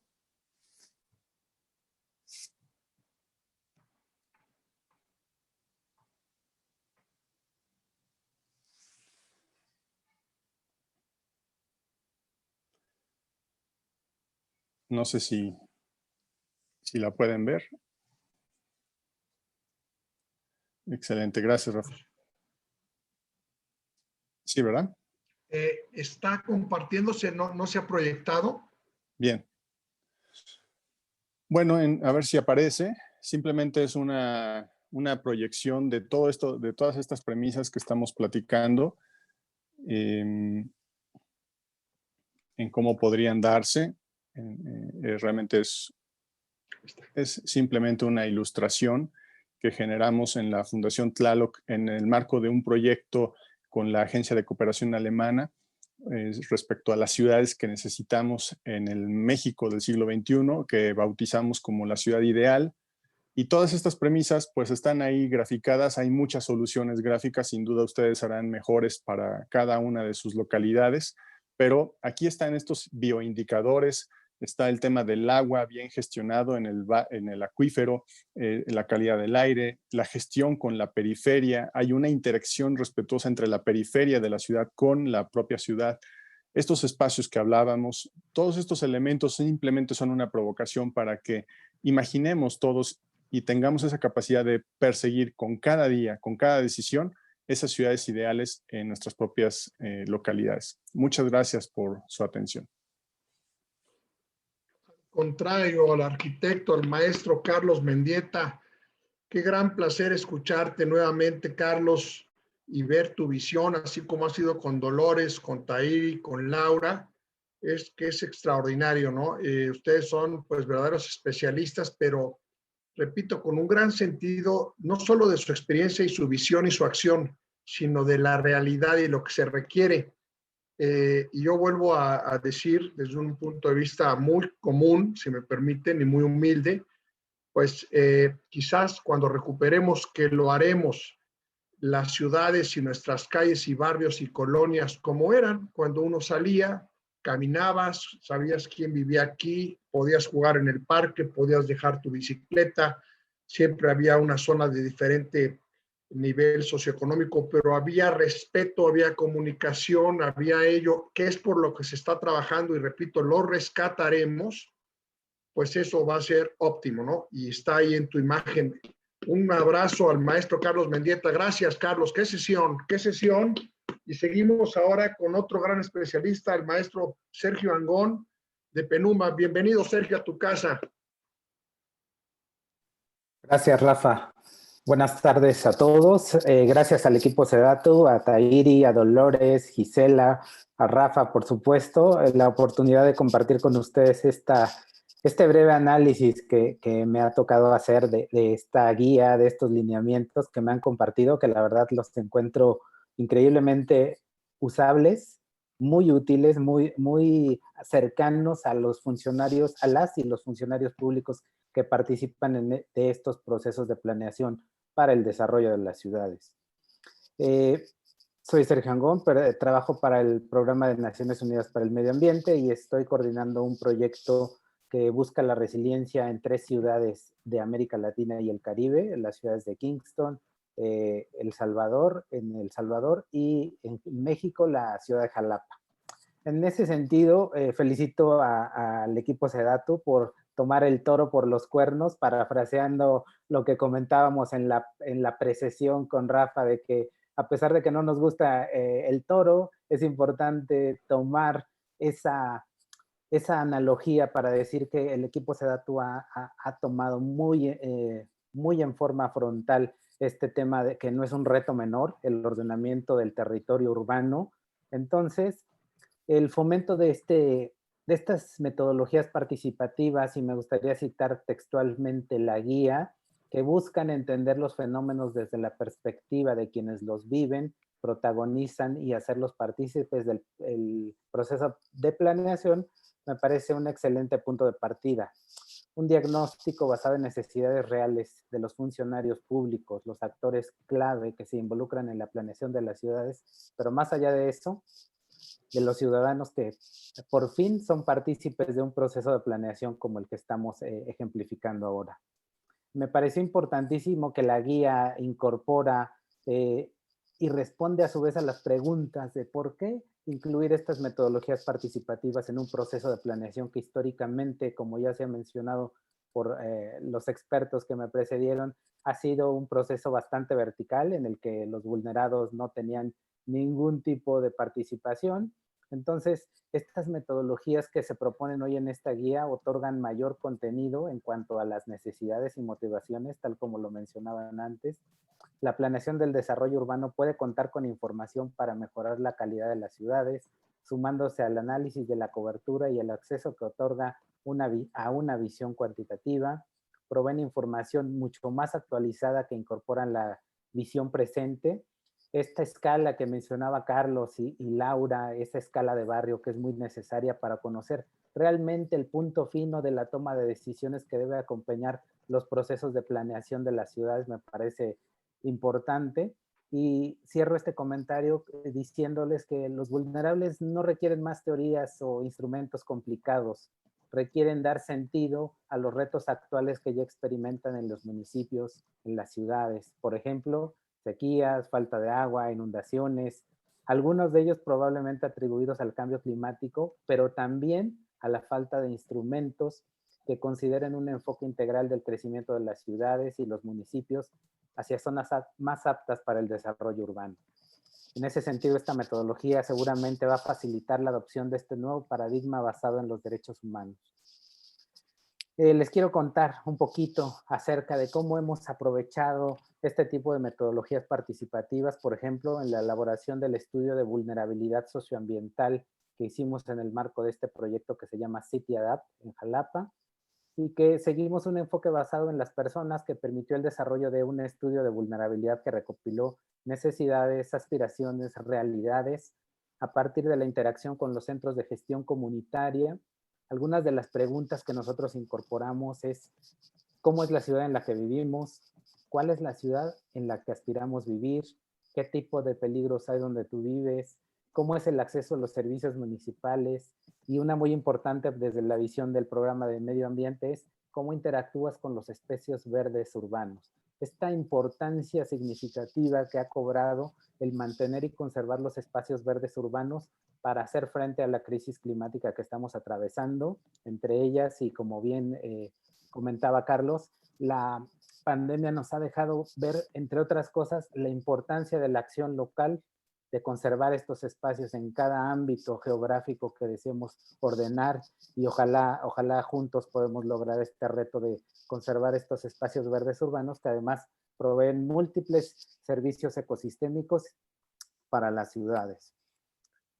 Para hacer que estos indicadores cualitativos que derivan de procesos participativos y que tienen que ver con la concepción del día a día se integren a estos procesos de toma de decisiones para el desarrollo urbano, es necesario procesar los datos de manera que cuenten con un componente territorial que permita su ubicación en el espacio. Es hacer visible lo invisible, de tal forma que los tomadores de decisiones las tomen en cuenta y tomen esas decisiones en materia de desarrollo urbano de la forma más informada posible. Que todos podamos entender la realidad de todos es importante en este nuevo paradigma que se menciona en la guía. Para lograr esto fue importante, por ejemplo, echar mano de todas las herramientas disponibles, mapas impresos, sistemas de información geográfica, herramientas de uso gratuito como el Google Earth, como mencionaba muy bien Laura, para visualizar esta información y demás herramientas digitales. En nuestro caso, incluso desarrollamos un cómic que nos ayudaba a que los niños de educación básica entendieran qué es el cambio climático y qué podemos hacer juntos para enfrentar los efectos adversos y ayudar a las ciudades a adaptarnos de mejor forma a esto. De entre los que enuncian en la guía y que nosotros ya hemos utilizado y que damos fe y cuenta de que son excelentes para lograr objetivos, están los grupos focales, los análisis etnográficos, entrevistas, encuestas, talleres, cartografía participativa. Y justo ahora con la pandemia que vivimos, el uso de herramientas digitales, como ya lo mencionó Laura, se vuelven cada vez más necesarios y tienen muchas ventajas. Entre las que yo le he encontrado es la geolocalización, por ejemplo, de fotografías que permiten ubicar precisamente el peligro, el hecho detectado y compartido, el video que permite la inmediatez para que los tomadores de decisión entiendan la magnitud en tiempo real de lo que sucede en las ciudades. Es fundamental y ojalá en ese sentido todos pudiéramos tener este acceso a estas herramientas digitales, pero sin embargo también las herramientas clásicas, como ya mencionaba Laura, para tratar de que esta brecha digital no sea un obstáculo en la planeación participativa. Ahora sobre los lineamientos, me parecen súper didácticos, explicativos, sobre todo este abordaje práctico que se ha llevado por medio de ejemplos, es decir, esta hoja de ruta que plantean en estos lineamientos me parece que aporta una visión de la información mínima necesaria que tendría que contener estos programas de desarrollo urbano, llegar al punto en que le recomiendan lo mínimo necesario, es decir, la escala geográfica para la toma de decisiones, que puede ser desde una JEP, una manzana, un barrio, una colonia. Eso es importantísimo porque permite que los tomadores de decisiones generen esas capacidades que son importantes para hacer esta transición a este nuevo paradigma de planeación del territorio. Yo rescato, por supuesto, algunos que me encantaron de la guía, por ejemplo, el apartado 6 que tiene que ver con el análisis del continuo municipal, en el que por fin aparece el tema de la vulnerabilidad y el cambio climático como aspectos importantes de la planeación de las ciudades. Estoy bastante complacido de ver esto ya en este tipo de instrumentos que permiten, ahora sí, iniciar esa transversalización tan necesaria. Algunos de ellos, por ejemplo, se buscará la diversidad y eficiencia de los usos de suelos y se evitará el desarrollo de esquemas segregados o unifuncionales. En las áreas de crecimiento se fomentará la mezcla de usos habitacionales con los productivos. Se establecerán y manejarán en forma prioritaria áreas de la conservación ecológica en torno a los asentamientos humanos. Aquí me quiero detener porque es muy importante entender que los espacios verdes urbanos son eso. Algunas veces, y muchas ciudades de México tienen áreas naturales protegidas dentro de sus espacios urbanos, dentro de sus límites administrativos, pero que este paradigma me parece a mí que sienta las bases para que cambiemos la forma en cómo interactuamos con estas áreas naturales protegidas y empecemos a verlas como áreas naturales protectoras de las ciudades y de los habitantes. Esto me pareció increíble. El aprovechamiento de agua para usos urbanos debe incorporar de manera equitativa los costos para su tratamiento, entre otros, ¿no? Estos son los que me llamaron muchísimo la atención y que celebro, por supuesto, que estén. Algunos que me hubiera gustado encontrar en forma más explícita, por ejemplo, el uso de escenarios de cambio climático que permitan una mejor toma de decisiones en el mediano y largo plazo. Algo que hicimos aquí en Jalapa y en las otras ciudades fue hacer escenarios de cambio climático, por ejemplo, para el aprovisionamiento de agua potable en la ciudad.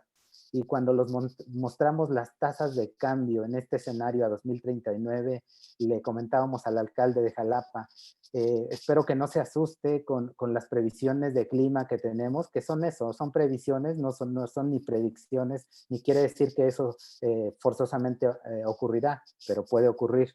En ese sentido, él nos respondió muy atinadamente. Lo importante es asustar a la mayor cantidad de personas para que entiendan la magnitud de la crisis que estamos enfrentando.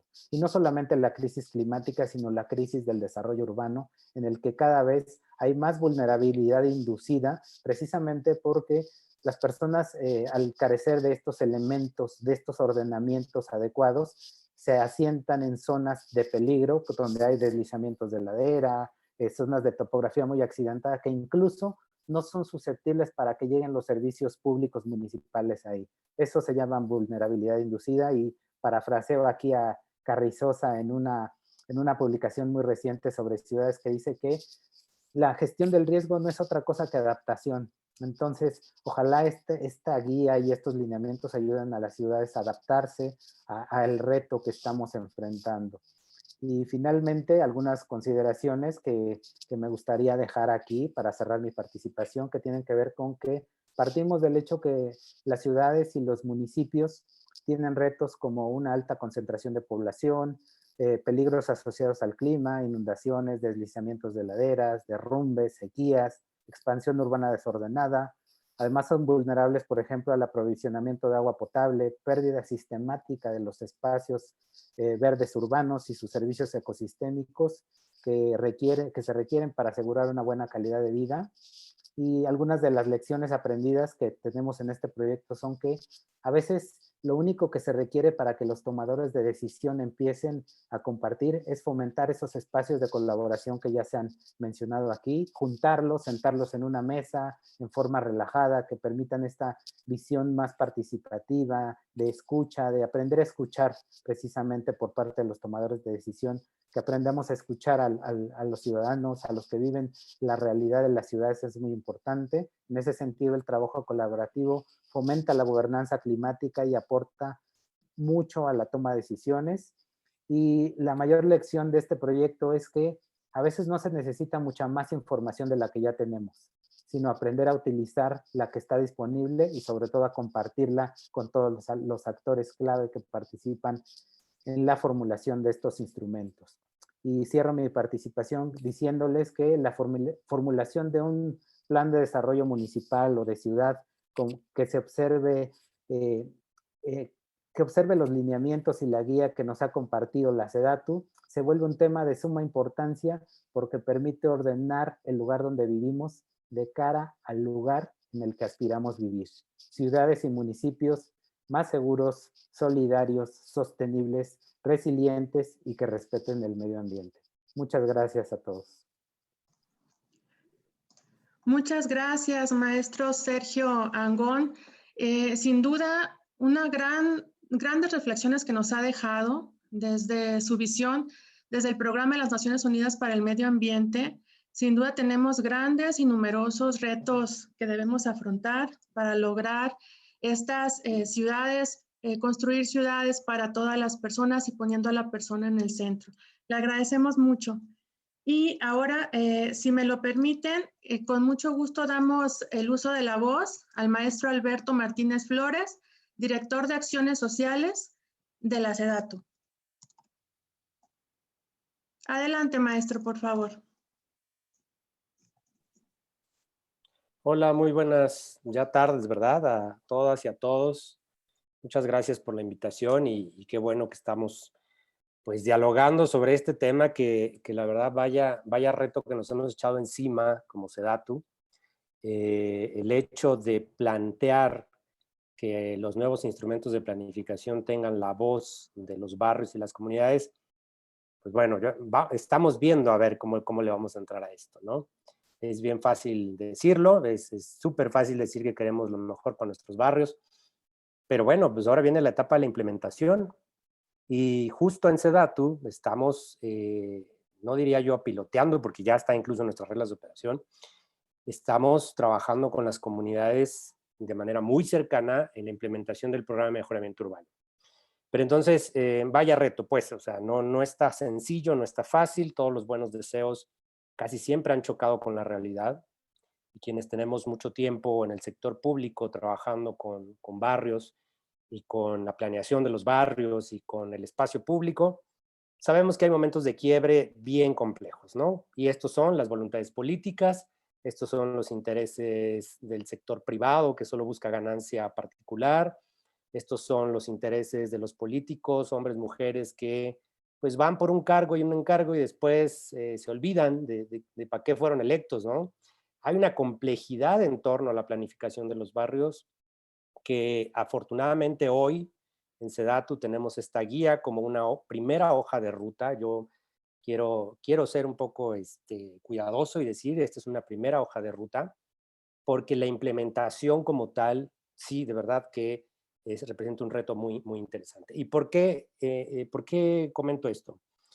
Una de las partes que hemos olvidado así garrafalmente cuando hablamos de planificación, pues justo es este aprendizaje que requieren las comunidades, ¿no?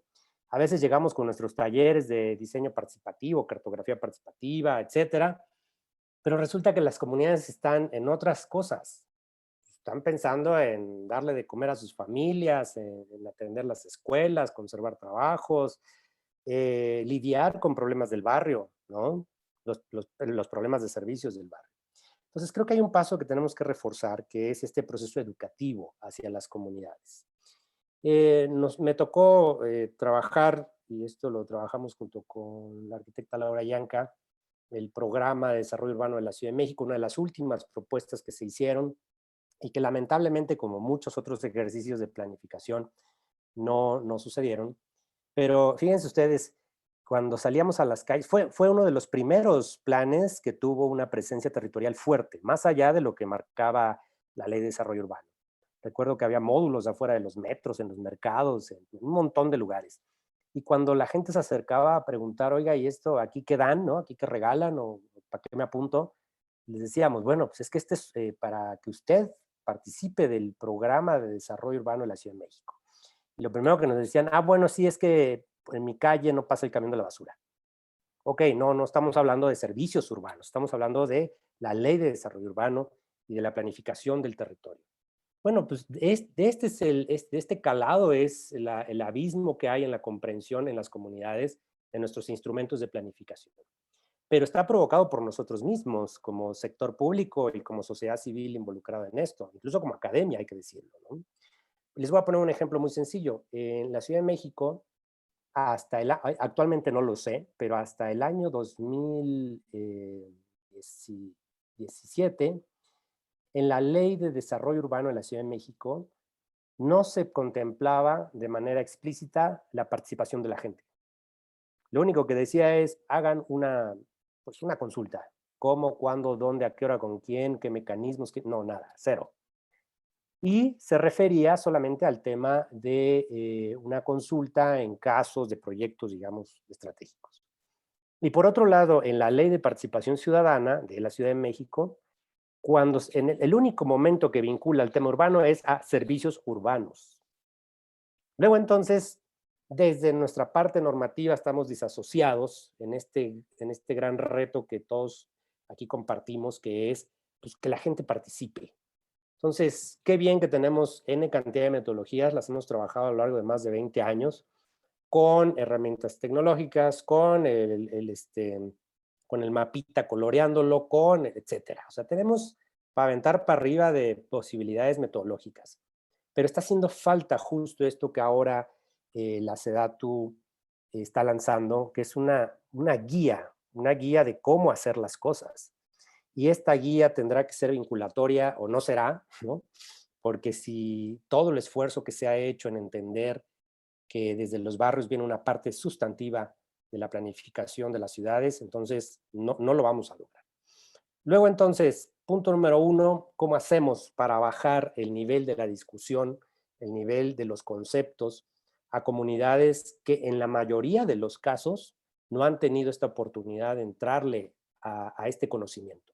¿Cómo le hacemos? ¿Cómo llegamos con una guía que plantea una ruta muy clara de democratizar la planificación? ¿Cómo le hacemos para que esto se entienda? ¿Cómo hacemos para generar interés?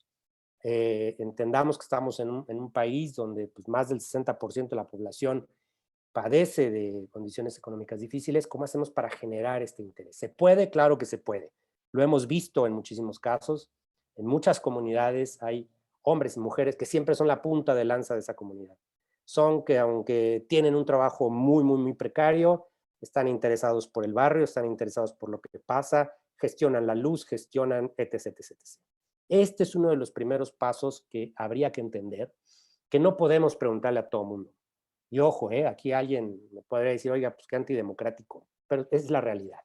Tenemos que hacer ejercicios de mapeos de actores, como ya se comentó hace un momento, y saber con quiénes de estos actores que tienen conocimiento profundo sobre los territorios podemos trabajar. Evidentemente nosotros no podemos cerrar la puerta a todos, pero sí tenemos que hacer un ejercicio de saber con quiénes pudiéramos trabajar y quiénes tienen más información de los territorios por su propia actividad particularísima. Entonces, aunado a un proceso de difusión, de un proceso educativo muy sencillo, no tenemos tampoco tiempo para poder desarrollar cosas complejas, porque el territorio es del día a día, y nuestros instrumentos de planeación, ustedes lo saben, han sido instrumentos que cuando ya los publicamos y el Congreso local nos da visto bueno, híjole, ¿qué creen? Ya cambió el territorio. Ese es el otro gran momento que me gustaría poner sobre la mesa, los tiempos. Quienes estén en el sector público en esta charla sabrán que los tiempos son totalmente criminales. Tenemos tiempos para ejecutar recursos, tenemos tiempos para ejecutar programas sociales, tenemos tiempos muy marcados por la ley y evidentemente si no hacemos esto, bueno, pues caemos en responsabilidades. ¿Cómo hacemos para empatar el tiempo de la burocracia, ¿no? Y lo digo en el bien, bueno y mal sentido, cómo empatamos los tiempos de la burocracia que aún día tenemos con los tiempos de las comunidades. A mí me ha pasado en una gran cantidad de ocasiones que cuando planteo, oigan, bueno, vamos a hacer un diagnóstico participativo, vamos a trabajar con la gente, vamos a hacer la marcha exploratoria. La respuesta inmediata de nuestras áreas administrativas es, ok, ¿cuánto tiempo necesitas? Pues no sé, a ver, 3, 5 meses, no. No tienes más que 30 días para tener un resultado porque... Y entonces pareciera que todo el modelo institucional que hemos heredado, pues está a destiempo de los procesos comunitarios. Y esto es real. Por eso es que ahora que estamos revisando la guía, con las propuestas metodológicas que se están planteando, me parece que son propuestas que pueden ser muy ágiles, muy ágiles, pero habría que saber perfectamente cómo, cuándo las aplicamos y en un segundo momento si lo que estamos aplicando y el resultado que vamos a obtener realmente se compagina con lo que estamos pensando en estos nuevos instrumentos de planeación. Entonces, ¿cómo entendemos estas dos velocidades? Que no quiero decir que una sea más rápida, una más lenta, al contrario, pueden ir simplemente a velocidades diferentes, ¿no? Pongo el ejemplo del desarrollo inmobiliario, ¿no? El desarrollo inmobiliario privado, que al menos en el caso de la Ciudad de México, en zonas metropolitanas, ha sido un desarrollo absurdo, que como hongos salen de la noche a la mañana una serie de desarrollos que ustedes creen que le preguntaron a los vecinos y a las comunidades, oye, ¿quieres aquí al lado tuyo una torre de 20 niveles, de 15 niveles? Pues no. Y aquí es donde también la normatividad no la estamos actualizando, no la estamos tomando en cuenta. Yo por eso les ponía el ejemplo de la Ley de Desarrollo Urbano y la Ley de Participación Ciudadana de la Ciudad de México, que espero que al día de hoy ya haya cambiado, como estos dos grandes instrumentos rectores de la participación no se cruzan en ningún momento, ¿no? Entonces, ¿cómo empezamos a hacer que estas iniciativas que nosotros estamos generando en SEDATU también incidan ya de manera legal para que la incidencia sea obligatoria, ¿no? Otro ejemplo, hoy día en la Ciudad de México ya se plantea la consulta pública para los grandes desarrollos inmobiliarios. participamos en algún momento sobre cómo podría suceder esto, y al menos hoy día en la Ciudad de México ya se tiene digamos, el mandato de realizar una consulta pública en desarrollos inmobiliarios de ciertas dimensiones. No para todos, pero de ciertas dimensiones, digamos los que tienen más impacto, los que pueden dañar más a las comunidades. Esto es un gran avance, porque por fin están, en este caso la Ciudad de México, está bajando el nivel de la discusión y está bajando el nivel normativo a lo que realmente se necesita en el barrio y en la comunidad. Si no hacemos estos ejercicios a lo largo y ancho del país, nos vamos a quedar con el taller de diagnóstico participativo, con el taller de no sé qué, con la marcha exploratoria, y seguramente, como bien decía la maestra Dolores Franco, pues será un ejercicio de diagnóstico a los que hemos estado acostumbrados y que en el mejor de los casos pues ayudará para hacer una tesis de alguien que se está queriendo titular, ¿no? ¿Cómo le damos la vuelta también a esta parte? Tiene toda la razón la maestra Dolores Franco, hemos estado acostumbrados a que los grandes despachos, la gente que conoce a profundidad y fehacientemente el urbanismo, desarrolla estos planes. Qué bueno que sean las personas que tienen esta experiencia, porque no es fácil. Yo personalmente yo no soy urbanista, yo soy politólogo, y es un saber que se cultiva, pues sí, con mucha experiencia. Pero ¿cómo hacemos para cruzar esto? Entonces, yo recuerdo que ya desde hace 15 años trabajamos con herramientas participativas en las comunidades, pero desde hace 15 años parece que las cosas no cambian mucho y parece que las normativas, que son las que realmente cuentan, siguen siendo las que rigen. Y parece que quienes toman las decisiones al final del día, pues son o los tomadores o el capital privado o no sé, pero nunca es la comunidad. ¿Cómo hacemos para revertir esto? Y esto es preocupante porque yo les hablo de hace 15 años, pero les voy a dar un pequeño dato que es real, y si quieren les paso después la bibliografía de dónde lo leí, dónde me quedé sorprendido. Ya las primeras juntas de vecinos que se unían para mejorar sus colonias vienen de 1923. En 1923, el general Álvaro Obregón recibía por primera vez a vecinos y vecinas organizadas. Decían, oigan, pues es que los desarrolladores nos están dejando sin drenaje, sin nada, sin luz. Y allí empezaron en 1923. Imagínense ustedes desde cuándo estamos hablando que estas velocidades entre el desarrollo inmobiliario, la vida comunitaria, está disasociada, ¿no? Entonces, el reto es de verdad gigante. Estamos dando pasos, evidentemente. Creemos que estos pasos se tienen que consolidar porque viene otro gran tema. ¿Cómo vamos a trabajar este tipo de iniciativas ya en la escala comunitaria? ¿Cuántos profesionistas necesitamos? ¿Cuántas personas, hombres y mujeres, van a ser quienes se dedican a la planificación o quienes se dedican al trabajo comunitario? Y aquí viene algo que hemos estado platicando mucho en la Universidad Nacional, en un diplomado, no voy a hacer un anuncio, pero luego se los cuento. Tenemos un diplomado sobre regeneración urbana y la pregunta que yo siempre les hago a los alumnos es, oigan, ustedes urbanistas, arquitectos, diseñadores de asentamientos urbanos, ¿cuántos de sus materias, cuántos de sus tiempos de horas de estudio lo dedican a hablar del acercamiento a las comunidades, del trabajo en comunidad, de las metodologías comunitarias? ¿Cuánto tiempo? Invariablemente todo el mundo me dice, pues sí nos dicen que hay que mapear y ver nivel de pobreza, nivel de estudios, Ok, eso es una cosa. ¿Cuánto tiempo dedicamos a entender lo que está pasando en el barrio? A lo mejor no es la materia, ¿saben? Dentro de estas disciplinas. Pero entonces tendríamos que generar grandes alianzas con estas otras grandes disciplinas, ¿no? De la sociología, de la ciencia política, del trabajo social, para poder realmente incidir y entender el territorio. Entonces, algo que hemos platicado es, pues sí, también esto es un problema de fondo. Claro que hay voluntades políticas, claro que hay intereses, pero también de fondo, quienes nos hemos formado en una disciplina, tendríamos que empezar a entender la necesidad de entender en lo que estamos trabajando. Y esto lo hemos visto muchísimas veces porque mis colegas arquitectos urbanistas y conmigo a veces entramos en discusiones de, bueno, no, es que tú quieres nada más darle la voz a la gente y y entramos en unas dinámicas bastante buenas de qué es lo primero, el huevo o la gallina. Bueno, pensemos de fondo, pensemos que tenemos oportunidades para cambiar esto, pensemos en esta hoja de ruta del trabajo en comunidad. Por favor, no confundir entre las necesidades del barrio y la planeación del barrio, ¿no? Que nuestros parques estén muy bien cuidados, por supuesto que es una necesidad, que necesitemos servicios de luz, de limpieza, que el bacheo esté al día, etcétera. Todas estas son necesidades de gestión del barrio, ¿sí?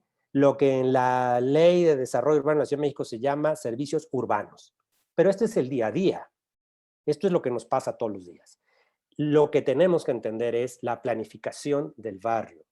Y en la planificación del barrio, pues no solamente están el barrio, digamos, a escala vecino. Convivimos con otros intereses.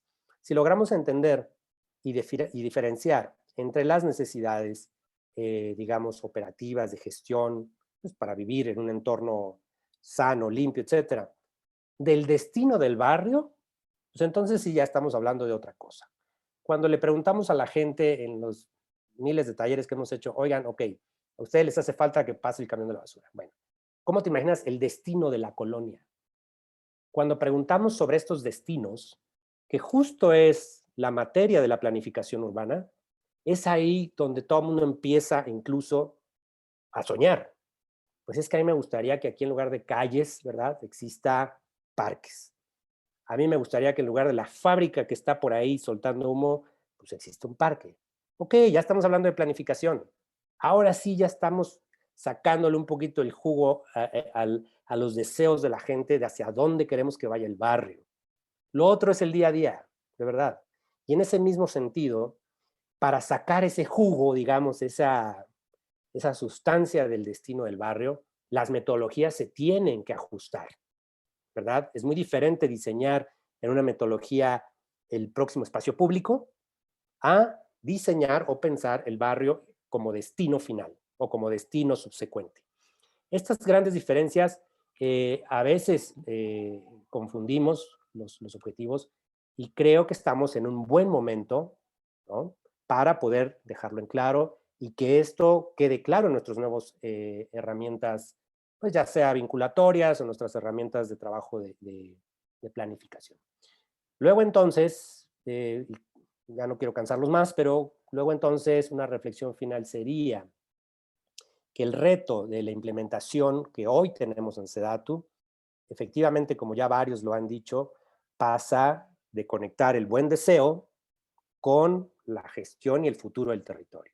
Y para eso no solo se necesita nuestros instrumentos, que, insisto, es bueno tenerlo ya en la normativa pública, pero también se necesita una profesionalización para este trabajo, ¿no? Y si yo no soy experto en urbanismo, bueno, pues me hago de los expertos en urbanismo y viceversa. Pero esta labor, creo yo, no puede más ser una labor exclusiva de quienes estudian el territorio. Es una labor de todos y de todas. Mencionaban el tema de la infancia, pues por supuesto. Hace poco nos llegaban al programa de mejoramiento urbano una crítica muy buena. No puedo decir nombres ni proyectos, pero nos decían, oye, ¿eso es una escuela para niños y niñas? Sí, claro. Me dijeron, oye, ¿y tú crees que un niño o una niña se va a subir a esa banca de esa altura? Pues no, creo que no. Necesitamos de todas y de todos para saber cómo se van a diseñar estas cosas y cómo entender lo que cada quien está pasando. Las niñas y los niños viven a una cierta velocidad en las ciudades, a un cierto nivel, a una cierta estatura. Los adultos mayores de otra forma, las mujeres de otra forma, los chavos y chavas que andan en patineta a otra velocidad, de verdad. Creo que es un cúmulo de riqueza que solamente nos hace falta sentarnos a escuchar, ¿no?, con oídos muy, muy, muy abiertos y seguir nutriendo estos insumos, estos planes, estos manuales que hoy día estamos trabajando. No tengan duda de que de verdad estamos haciendo hasta lo imposible para que esto suceda. No queremos quedarnos en los buenos deseos. Sí estamos incidiendo en nuestras normativas y ojalá en algún momento podamos hablar del apartado de participación ciudadana en el programa de mejoramiento urbano, que incluso incluye diseño participativo para algunos de los espacios, ¿no? Yo la dejaría hasta aquí y agradezco muchísimo a todas y a todas la invitación y ojalá podamos seguir con este debate, porque esto apenas empieza, ¿saben? Creo que es de las primeras oportunidades históricas de cambiar esto y habemos mucha gente comprometida. Muchísimas gracias. Muchas gracias, maestro Alberto Martínez, por su gran participación, así como todas las ponencias que hemos tenido. Sin duda nos dejan con muchas reflexiones y nos nutren de tanto conocimiento. Ha habido muchos comentarios que me han gustado mucho, y si me permiten, antes de darle el uso de la voz a la maestra Gabriela Jurado, si me permiten leer algunos de los comentarios que nos han dejado también a través de nuestro chat, tanto aquí en nuestra sala de Zoom como en Facebook. Nos comenta, por ejemplo, Adolfo López a través de Facebook: muy acertado, hace falta la visión en materia de planeación del territorio. Nos comenta también Gilda Plazas. Bueno, es una pregunta que dirige para la maestra Laura Yanca. ¿Qué tipo de monitoreo diseñaron para la etapa posterior al diseño? Aquí no sé si la maestra Yanca quiera responder. Hola, bueno, sí, tal vez directamente. Nuevamente yo creo que, a ver, dos cosas para tal vez entenderlo bien, ¿no? Desde el inicio del proceso de planeación, sea diseño participativo, sea planeación participativa, la idea es conformar estos grupos que pueden ser dinámicos, que pueden ser flexibles, pero que se apropien del proceso y que se vuelvan como en agentes, ¿no? O sea, inclusive nosotros todo el llamado a la comunidad siempre lo hacemos con estas personas que están directamente relacionadas, nuevamente como con el territorio.